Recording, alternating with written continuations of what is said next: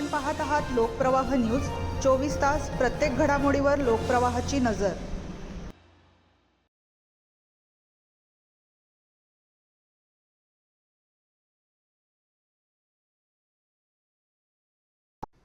मालेगाव शहरात नशाकारक गोळ्या आणि औषधांची बेकायदेशीर विक्री करणाऱ्या टोळीवर नाशिक ग्रामीण पोलिसांनी मोठी कारवाई केली आहे।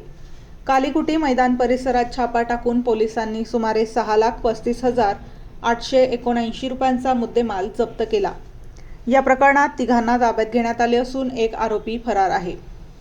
पोलिसांना मिळालेल्या गुप्त माहितीनुसार 20 ऑगस्ट रोजी रात्री 11:50 ते 21 ऑगस्ट रोजी पहाटे 3:30 वाजेपर्यंत मालेगाव शहरातील कालीकुटी मैदान परिसरात पोलीस पथकाने कारवाई केली।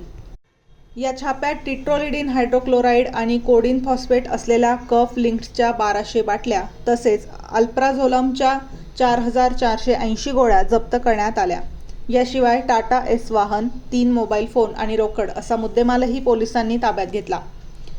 या प्रकरणी फिरोज खान, लुकमान खान, रईस खान, सईद खान आणि वाहिद हसन, सिद्दीक हसन यांना ताब्यात घेण्यात आले आहे, तर शादाब हा आरोपी फरार असून पोलीस त्याचा शोध घेत आहेत। मालेगाव अपर पोलीस अधीक्षक सूरज गुंजाळ यांच्या मार्गदर्शनाखाली ही कारवाई करण्यात आली।